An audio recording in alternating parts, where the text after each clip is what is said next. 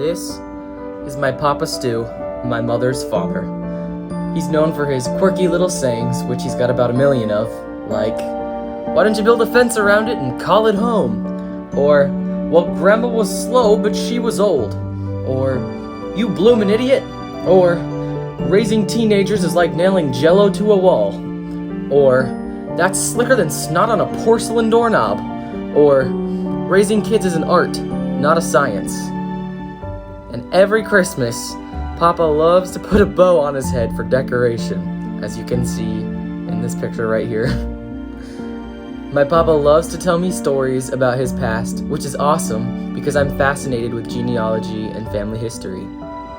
He's told me about a few prominent figures in his life. For example, his father, Giuseppe Ferrell Cervetti, the Italian stallion, as we like to say. He tells me about Giuseppe's service in the Navy during World War II. He also tells me about this particular photo, which was the last time he ever saw his father on his 7th or 8th birthday. Giuseppe left with his second wife to go to Colombia that day, and Papa never saw him again. Papa also tells me about Giuseppe's older sister, Mary Cervetti, or Mary Rinaldi, after she was married. Mary has a special place in his heart, and in this photo you can see him kissing her on the cheek. This was the last time that he ever saw his aunt. She passed shortly after this photo was taken. Now, on his mother's side, he tells me about his French-Canadian grandma, Albina Rose Houghton, or as everyone in the family calls her, Grandma B. She played a big role in Papa's childhood after his father left. He also tells me about Grandma B's sister-in-law, his great-aunt Jessie. Jessie Maria Stewart was always dressed to the nines, as Papa says. She was very proper and a fancy lady who inherited a sum of money, a good wealth, and she had a bit of an attitude. She was a spitfire who didn't take anyone's back talk. Jessie was a very great artist. This is actually a picture that she painted. It was kind of a spur-of-the-moment, impulsive thing that she did. A pumpkin had been broken on the counter, and she sprang at the opportunity to paint it. It took her only a few days to complete this in particular piece. When my mother, Renee Ogburn, was a little girl, she always loved this picture on the right of the roses. She found beauty in a fallen flower so close to death. Papa also tells me about this guy, his great-grandpa, John E. Stewart, Jessie's father, who fought in the Civil War at the Battle of Gettysburg and later owned his own printing press. I've always had a natural curiosity surrounding these individuals and their lives and journeys into the United States, so I've compiled as much information as I know into this presentation to show us where Papa came from. So here is the story of Stuart Michael Vincent Farrell Cervetti Ogburn. So this is Papa's family tree. You can see he's at the base of the tree. And fun fact, by the way, Papa was actually born in Hollywood, California. So anyways, let's take a look at his paternal side. So here's his father, Giuseppe Cervetti, who we already touched on a little bit. He was a very macho Italian man, and his parents came from a long line of Italians going back generations. His parents migrated to the United States through Angel Island, and he, Giuseppe Cervetti, was born in Berkeley, California. He worked in an oil well and eventually went to England to serve in the Navy during World War II as CB, construction battalion. His first wife was Lina, who we'll talk about in a minute, and that was Papa's mom. But his second wife was this woman, who he met in England during the war. She actually made him have a vasectomy, and later on they decided that they wanted to have kids. So that was kind of impossible. So what they did was they adopted, and this was their adopted son. His name was Raffi, and he actually grew up to go to college at Cambridge and became an architect, so he's a pretty cool dude. Now, this was Giuseppe Cervetti's brother, who I don't have a photo of, but his name was Ludovico Cervetti, and he decided to stay in Italy since he already had a life, and he was a mayor of a town called Cuneo. He was never married and actually rumored to be gay, which was very hard in that time, even illegal in many places. Now, these two had a sister. I believe she was the oldest of all the siblings, and her name was Mary, who we also touched on earlier. Mary immigrated separate from her parents, and instead of coming through Angel Island, she came through Ellis Island on the other end of the country. Papa had a very special connection with her. She was this very energetic, loud Italian woman who spoke many languages, including, well, of course, Italian and English, but also Portuguese and French. She and her husband, who I have right here, I don't have a picture of him, but her husband, John Rinaldi, they met each other and married in the United States. They were both Italian. Sometimes when they were mad at each other, they would switch over to Italian, Papa said, so nobody would understand what they were arguing about. And they both loved coffee and Italian food. My mom and all of my aunts and uncles knew their great Aunt Mary pretty well. So all three of these kids, their parents, the ones who came over through Angel Island, were Tommaso Cervetti and Catherine Pagliaro. They were from Italian roots and immigrated to the United States. They left Mary and her brother Lodovico in Italy since he was a mayor and she was only a toddler who wouldn't have been able to survive steerage, which is the bottom of a ship, because there were lots of diseases there, and as a toddler she wouldn't have made it. They had their son Giuseppe once they made it to California, so he was born within the United States. Tommaso and Catherine actually had a strained marriage towards the end, so he claimed that she was crazy and had her locked up in a mental institution, which was something common back then. If men didn't get along with their wives anymore, they could just lock them up in an asylum. It's really terrible. She actually ended up outliving him and eventually died in the mental hospital. So, yeah, she had a pretty rough life. And also to kind of go back to the fact that they left their toddler daughter in another country seems kind of cruel today, but that really wasn't cruel back then. That was a pretty normal thing to do. So, just wanted to mention that. Now let's take a look at Papa's maternal side. This is Lina Virginia Stewart, or as we call her, Grandma Lina. Well, I never actually met her, but that's what I've always heard her called. So Grandma Lina. This was Papa's mother. She only finished the 8th grade and was, quote, a fairly simple person, end quote, as Papa put it. She married Giuseppe in about 1936, or maybe 1938. We're not exactly sure, when she was only about 16 or 17.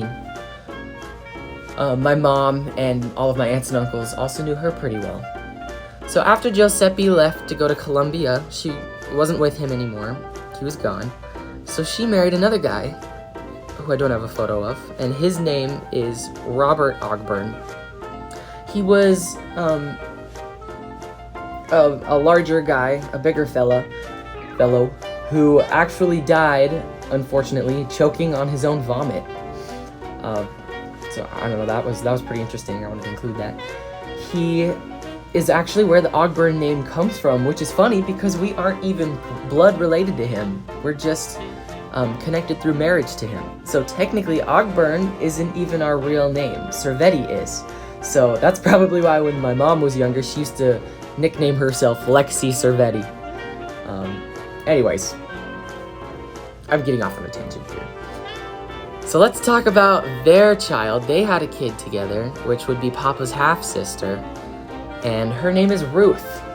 Ruth was, Lina and Robert's daughter, and we actually thought her to be dead until my Uncle Justin took a DNA test and matched up with her, and we realized she was still alive, and we're able to reconnect with her, which has been really cool. And she's a really awesome lady, and she's helped me out with some of my family history stuff.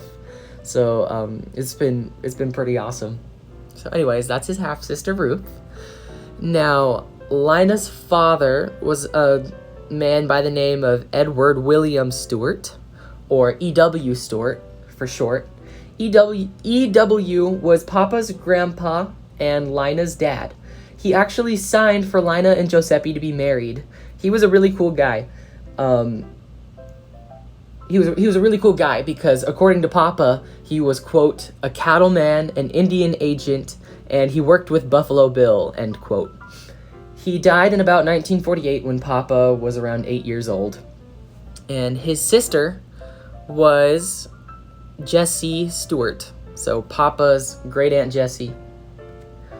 And side note, they both had a younger, or I don't know if he was younger or older, but they had another brother named Robert Bromley, who I haven't included here because there just wasn't enough room, but just as a side note.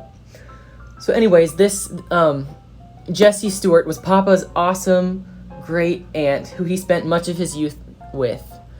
She was sassy and very fancy. She actually ran out of money because she outlived the age expectancy of the time, and they didn't have enough funds for her. They thought that she was going to die sooner from her inheritance. So her dad arranged a marriage for her with one of his old Civil War buddies, and they actually weren't really like a married couple. They barely knew each other. It was strictly for legal purposes, but I wanted to include that information. Now let's look at Lina's mother, Albina Houghton Stewart, or as the family calls her, Grandma B. She was a big part of Papa's life, and also she was a very tiny lady. She was very short. She had a small wooden chair that looked kind of like it was made for a small child, and Grandma Nana actually still owns this chair. So Grandma B was born in Massachusetts and eventually died and was buried on the other end of the country in Angels Camp, California. Her first husband was a man named John Macquarie, and she had 2 kids with him. One was named Leonard Neil Macquarie, and the other was named Kenneth Robert Macquarie. And I'm not exactly sure which, but one of these 2 actually died fairly young in a plane crash at San Antonio, Texas, at the Lackland Air Force Base right before World War II. So, one of Grandma B's children died in a plane crash. Her second husband was E.W., who we already talked about, and she had 1 kid with him, and that was Lina, Papa's mom. After E.W. died in 1948, when Papa was 8 years old, Grandma B married another man, her third marriage, and this was John Novich, with whom she had no kids. Grandma B's parents were Sifroy Joseph Houghton and Emma Perrialt, who were both French-Canadian. They were actually born and raised in Canada and immigrated to the United States. They were never actually naturalized. They didn't go through that process, so they didn't have U.S. citizenship. But their daughter, Albina, one of about 9 children, did have citizenship because she was born within the United States in Massachusetts. Now let's go over to E.W.'s parents. His mother's name was Paulina Bromley, which Papa says is the female form of Paul. And I believe this is where Lina got her name, Paulina. And Paulina was married to John E. Stewart. Now, I've got a lot of information about him, so brace yourself. This is John E. Stewart. He was a really cool dude, too. a lot of these were all really cool people. But Johnny, he was Jesse and EW's father. He lived on the East Coast his whole life and served in the Civil War for the Union.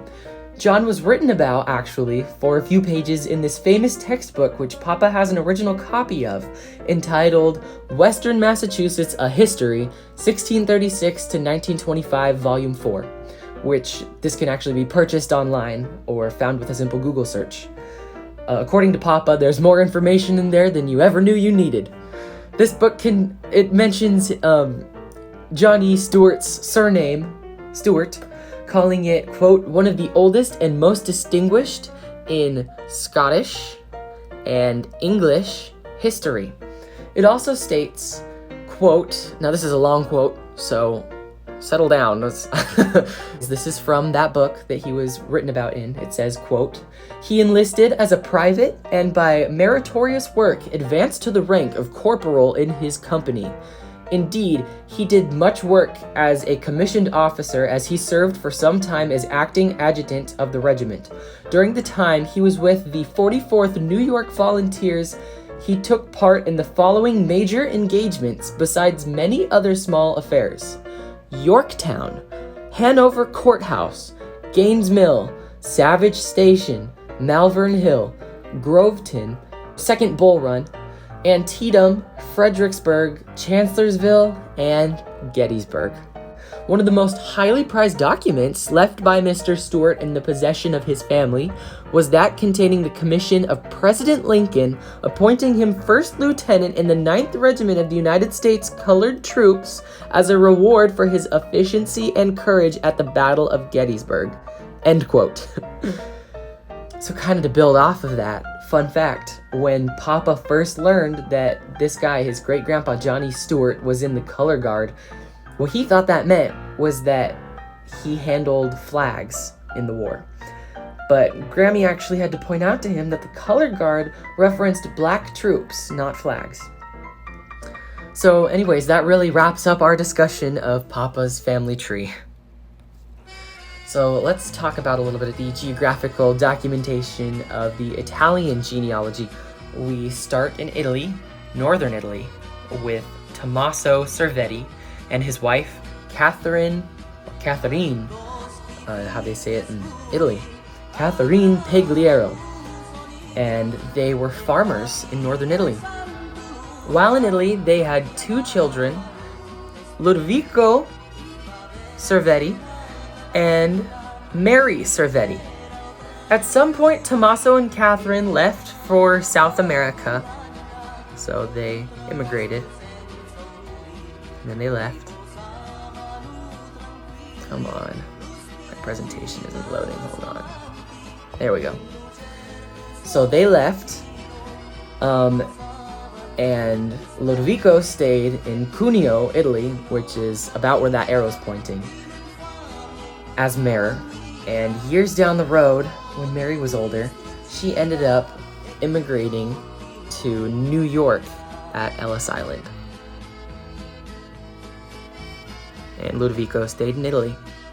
So here's a bigger picture of that scenario. You can see Catherine and Tommaso starting out in Italy and then sailing down to South America. So here's Italy.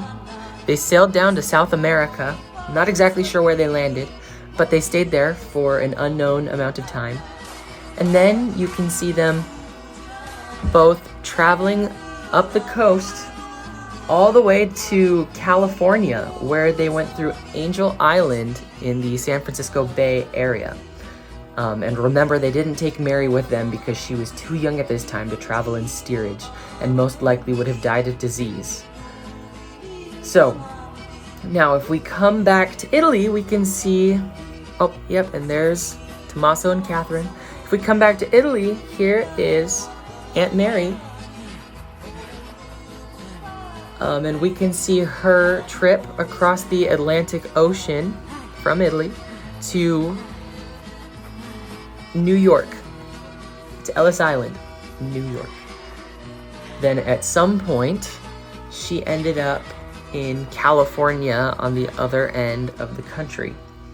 Now, let's get rid of these lines and circles, except for the San Francisco Bay Area marked with a yellow circle. And let's also keep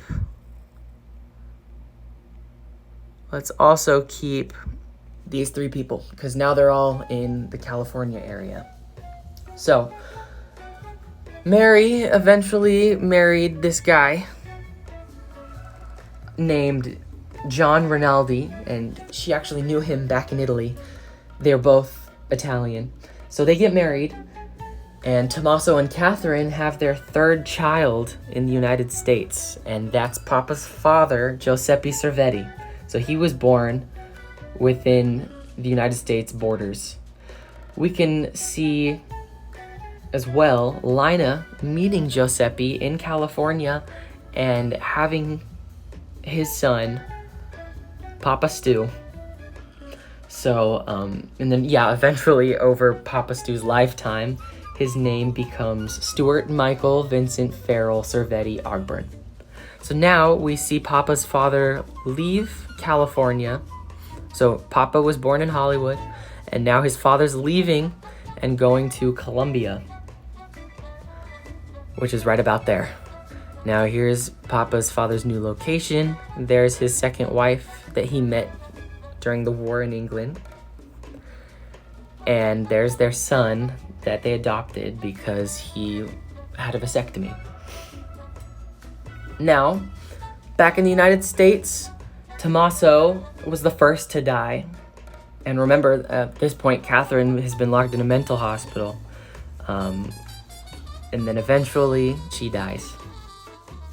So when Aunt Mary was a lot older, she and her husband, John Rinaldi, decided to go on a trip around the world. So they started out going down here to South America. And then they went over to Asia. Here you can see Mary and John over in Asia. And they took the Trans-Siberian Railroad that looks something like this through Asia and into Europe. They would get on a train once a day and get off the train once a day to do some observing. This went on for, I believe it was about 20 whole days. And on one of these days, actually, Mary and John got separated from each other. She got back on the train and he didn't get back on the train, so she was one stop ahead of him. He got really mad at her when they met back up. She just stayed in that location and he caught the train and she saw him the next day. They were glad that they had found their way back to each other, and at the end of the trip, they ended in around France, somewhere around there, before returning back to the United States. And lastly, this is another cool trip. This is where Papa went. You can see over on the right side of the screen, he went to Japan once for a work trip. So I wanted to also include that. So really, that is the story of Papa's family history, who all of his ancestors were, where they traveled, lived, and died, and how they ultimately brought us the father, grandfather, and even great-grandfather, Papa Stu.